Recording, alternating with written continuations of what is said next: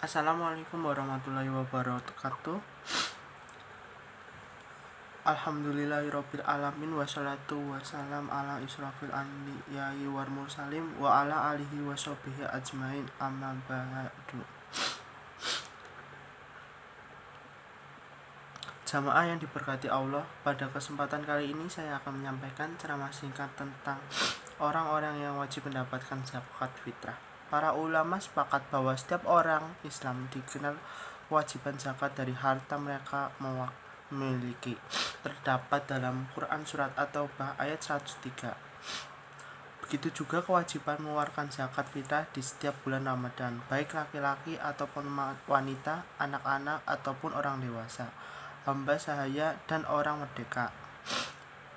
Berdasarkan hadis Ibnu Umar yang berbunyi, sesungguhnya Rasulullah telah mewajibkan zakat fitrah pada setiap orang Islam, baik merdeka ataupun budak, baik laki-laki atau perempuan, baik anak-anak atau orang dewasa, sebanyak 1 sa kurma atau 1 sa gandum. Hadis riwayat Imam Muslim.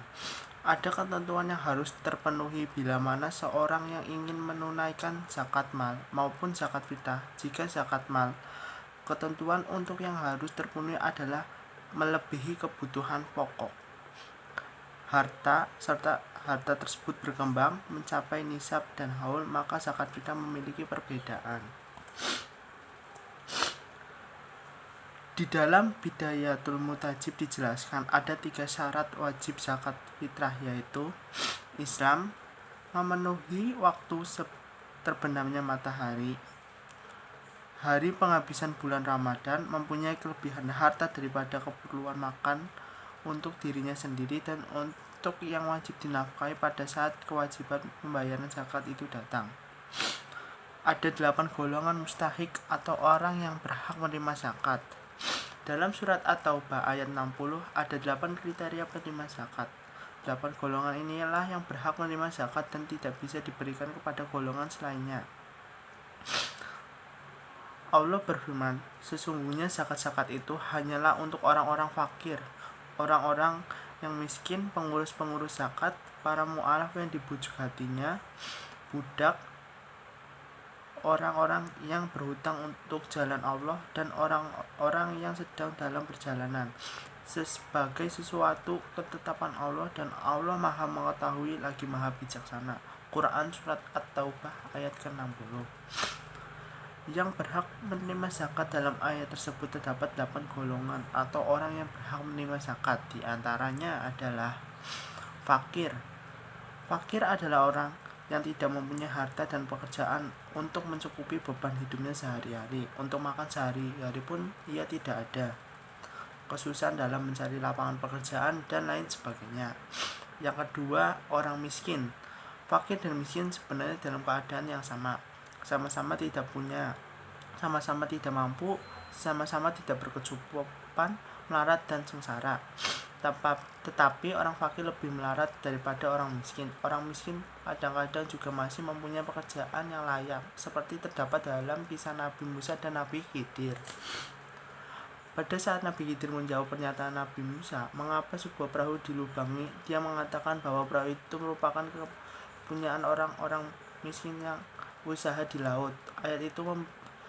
Ayat ini memberi petunjuk bahwa orang yang pekerjaannya sebagai nelayan dan mempunyai perahu itu adalah orang miskin.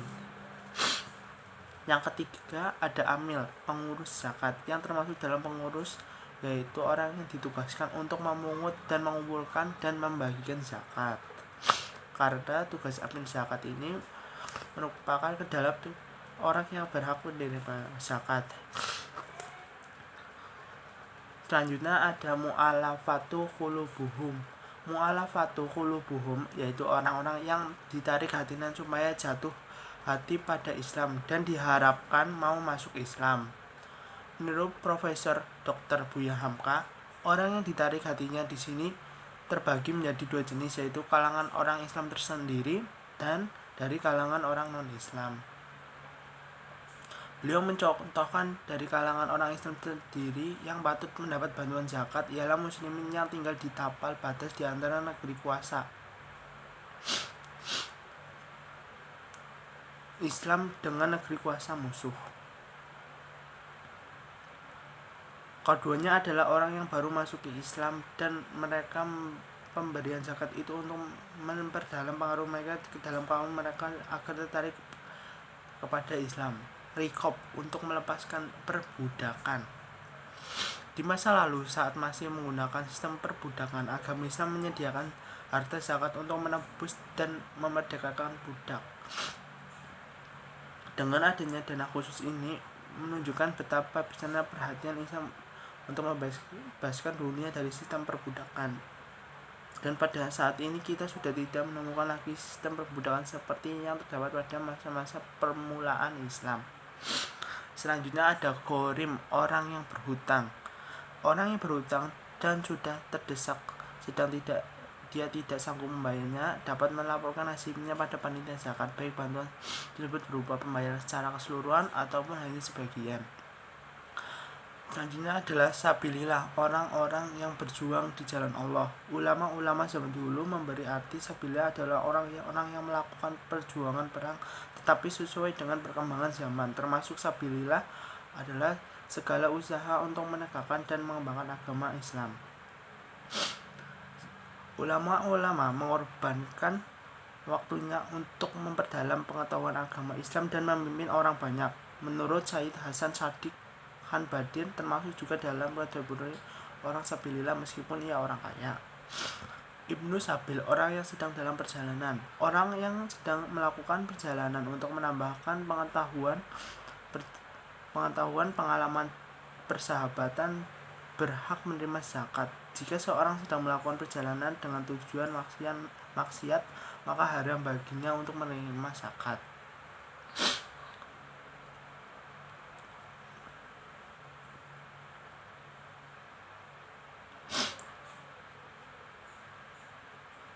Demikian ceramah singkat dari saya. Bila ada kesalahan, mohon maaf. Terima kasih. Wassalamualaikum warahmatullahi wabarakatuh.